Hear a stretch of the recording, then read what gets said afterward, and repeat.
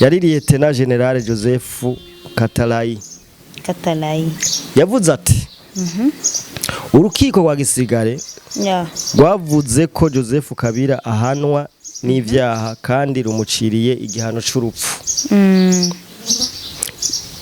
Iyi ncuro y'urubanza ibaye mu gihe umugwi wa M23 bivuga ko ushingiwe n'u Rwanda ushigikiwe n'u Rwanda nkuko Kinshasa ibivuga wafashe ibisagara bibiri bikomeye mu buseruko bwa Kongo kuva mu kwezi kwa mbere kwa nzero kandi ubu uraganza ibice bikomeye bya gisirikare mu ntara za Nord Kivu na Sud Kivu. Abacamanza bavuga ko Kabila yahora afitaniye imigenderanire ya hafi niyo migumuko. Uretse igihano c'urupfu Joseph Kabila yaciriwe n'ubucamanza harimo gusubiza imiliyaridi 29 z'amadolari y'indishi z'akababaro n'ivyagizwe n'igihugu ca Republike Iharanira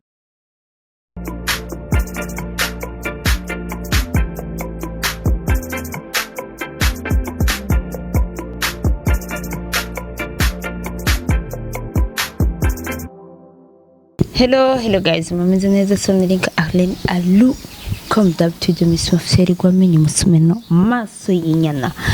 So guys, ndabaramutse cyane nongere ndamutse na Liam Promoter amahoro cyane turaboroje cyane abantu bose badukurikirana abari ku mpande zine z'isi turabaye mwaramutse namwiriwe biravana umwese naho arereye utameze neza no kubandanya amererwa neza cyane nivyo tumwifurije hama ubandanya usenga Imana unasenga wongera ukora kuko iyo uri kurakora abari kintu ciza cyane nta munsi n'umwe umukozi yigeze amaramara kuko Imana yaravuze ngo izohezagira akazi k'ababoko yacu kabisa rero nizere ko mumeze neza jemeze neza cyane reka rero twongere tuvuga ati turaramukije nabo muri groupe yacu bose iyo bava bakagera so les amis reka twongere tuvuga ati tunawapenda sana. Reka rero tuje mu kiganiro nyezina Liam Promoter Joseph Kabila barayi bamuciriye urubanza kwa burundu niko ndabivuga urubanza go gupfa burundu mbega wewe ico kintu wokivuga kwiki bo je nagerageje kwandika ibintu byinshi kugira sinze kuvyibagira bivaye nuko ndaza kuvuga ndiko ndasoma baranyihanganira abantu umukuru w'igihugu wa kera cha Kongo ariwe Joseph Kabila yatwaye muri 2001 gushika 2019 birumvikana ko yatwaye imyaka 18 yaciriwe urubanza kuwa kabiri ahanishwa igihano c'urupfu n'ubucamanza bwa gisirikare bw'ico gihugu ca Republika Iharanira Demokarasi ya Kongo. Ubwo rubanza rwamwagirije ko yakoze ivyaha byo mu ntambara no kugambanira cyaye guhemukira igihugu bivuye ku bushikiranganje bwiwe mu migumuko y'umuhari AFC na M23 nkuko vyemejwe n'umumenyesha makuru wa Nadolu. Urumva iryo somwa ry'urubanza ryavugiwe i Kinshasa inyuma y'amezi agera kuri 3 y'urubanza ryagiriza uwo mukuru w'igihugu wa kera ivyaha bitari bike byanavyo niyibe bamwagiriza gusambanya ku nguvu kwica kugambana kwamamaza canke gushigikira ivyaha byo mu ntambara gutunganya imigumuko hamwe no kugira uruhara mu bikorwa by'iterabwoba bifitaniye isano na AFC M23 umugaba mukuru w'urubanza rwa gisirikare umva umuntu yarayoboye ubucamanza yari Lieutenant General Joseph Katalayi yavuze ati urukiko rwa gisirikare rwavuze ko Joseph Kabila ahanwa n'ivyaha kandi rumuciriye igihano c'urupfu. Iyi ncuro y'urubanza ibaye mu gihe umugwi wa M23 bivuga ko ushingiwe n'u Rwanda ushigikiwe n'u Rwanda nk'uko Kinshasa ibivuga wafashe ibisagara bibiri bikomeye mu buseruko bwa Kongo kuva mu kwezi kwa mbere kwa nzero kandi ubu uraganza ibice bikomeye bya gisirikare mu ntara za Nord Kivu na Sud Kivu. Abacamanza bavuga ko Kabila yahora afitaniye imigenderanire ya hafi n'iyo migumuko. Uretse igihano c'urupfu Joseph Kabila yaciriwe n'ubucamanza harimo gusubiza imiliyaridi 29 z'amadolari y'indishi z'akababaro n'ivyagizwe n'igihugu ca Republika Iharanira Demokarasi ya Kongo hamwe n'imiliyaridi 2 z'amadolari kuri buri ntara zibiri ndakuvuga Bukavu na Goma zo mu buseruko bwa Kongo Nord Kivu hamwe na Sud Kivu zari zagiye kwiregura nk'abaregera mu rubanza. Ariko rero urukiko rwavuze ko ubutunzi bwa Kabila butazofatwa butazokonfiskwa kuko ivyaha vyagirijwe ntivyari birimwo igihano c'inyongera cyo kwambura ibintu. Mu byaha yagirijwe ibyo gufata amatungo yewe ntibirimo. Urubanza rwatanguye muri Mukakaro. Kabila yararusivye kuko yaba hanze y'igihugu ntaco yigeze yishikira kandi ntiyigeze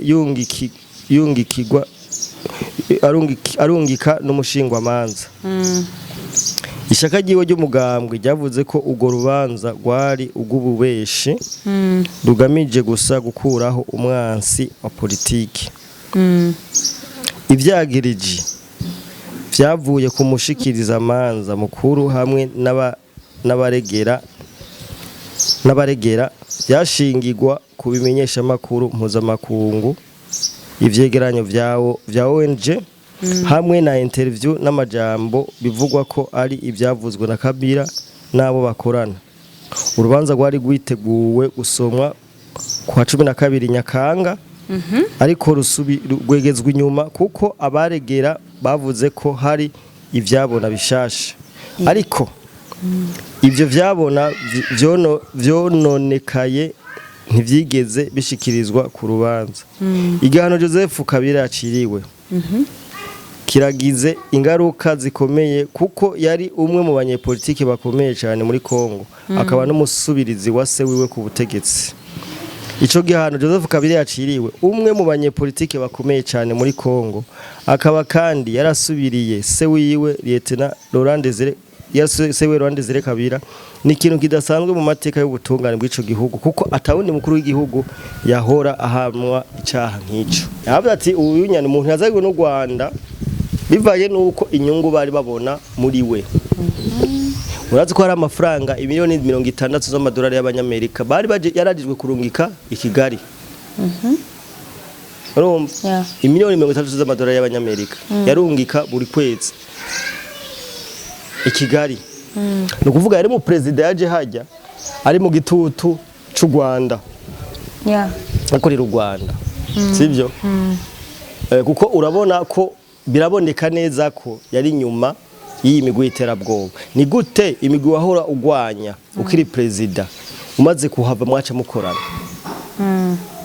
Imigwi wahora ugwanya uri president umaze kuhava ukaca uyikoresha ugwanya uwundi yagusubiriye Ntibikunda. kugira ngo ugaruke usubire ku gihugu. Ntibikunda. Urabona ko ibi bintu kandi urubanza nk'uru ntushobora kurusoma. Cyaravuze Tshisekedi ni mastermind. Uyu mugabo azobazonga mpaka. Na cyane cyane. Azonga mpaka kubera ko biraboneka ko abandanya kubitahababaza. Nibiboneka. Aha rero ibaze wahora uri president bakagufata nk'uko. Wahora uri president ukaza wahoruza ukishikira Kinshasa ugahitira Bukavu. Nawe nyine ukaza winyegeje. Abo niwe mu president Kabila niwe mu president wa mbere w'ikigugu mbonye. W'ikigugu. Kuva isi yabaho. Nuko rero biri. Igihano cyo gupfa bagi yagiciriwe. Turindire ko bazogishira mu ngiro. Byari ivyo. Makuru twari tubafitiye yo gushikiriza abantu badukurikirana ivyo yagizwe bavyumvise harimo no gufata ku ngufu. Gufata ku ngufu. Bambanira igihugu guhemukira igihugu. Urumva nyuruza byari ivyitunga rya Kongo bitewe ubwoba. Niyo mpamvu bamuhaye ico gihano.